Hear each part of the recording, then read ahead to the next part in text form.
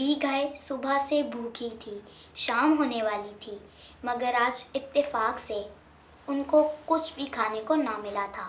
अब तो वो बेचारी भूख के मारे कमज़ोरी महसूस कर रही थी।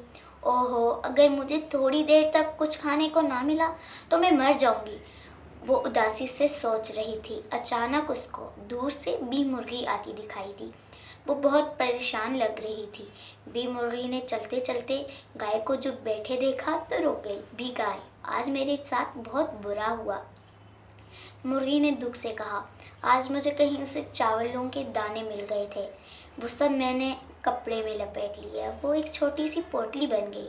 ये पोटली मैं अपने नन्हे मुन्ने चूज़ों के लिए ले जा रही थी कि वो नीचे गिर गई। मेरा मतलब है वो पोटली गुम हो गई। अब मेरे चूज़े क्या खाएंगे? इतना कहकर बी मुर्गी खामोश हो गई। फिर बोली, बी गाय, क्या तुम मेरे साथ इस जगह चलोगी जहाँ पोटली गुम हुई है? क्या तुम वो ढूंढने में मेरी मदद करोगी? बी गाय तो खुद सुबह से भूखी थी और थकी हुई थी। पहले तो उन्होंने सोचा कि मुर्गी को मना कर दें, मगर फिर वो मदद करने के लिए तैयार हो गई। उन्होंने सोचा, किसी की मदद करना तो बहुत बड़ी नेकी है, मुझे नेकी के काम में पीछे नहीं रहना चाहिए। मुर्गी और गाय दोनों रवाना हो गईं। चलती रहीं, चलती रहीं, चलती रहीं। अब और कितना दूर जाना है? बी गाय ने परेशान होकर पूछा। बस और थोड़ा दूर, वही अपनी चक्की वाले के नज़दीक।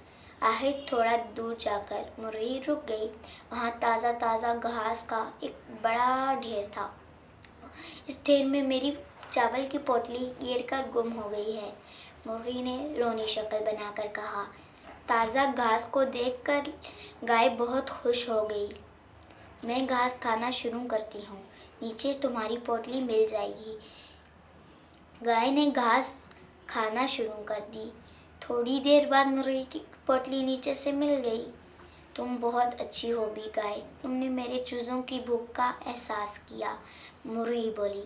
हम सब एक अल्लाह की मखलूक हैं, हमें एक दूसरे की मदद करना चाहिए और दूसरे की मदद करने से अल्लाह बहुत खुश होता है। आज तुम्हारी मदद करने के इनाम में अल्लाह ने मेरी भूख का भी इंतज़ाम कर दिया, बी गाय ने कहा, और वो दोनों वापसी के रास्ते पर हंसी खुशी चल पड़ी। अच्छी सी कहानी के अगले सेगमेंट में नई स्टोरी के साथ फिर मिलेंगे। अल्लाह हाफिज़।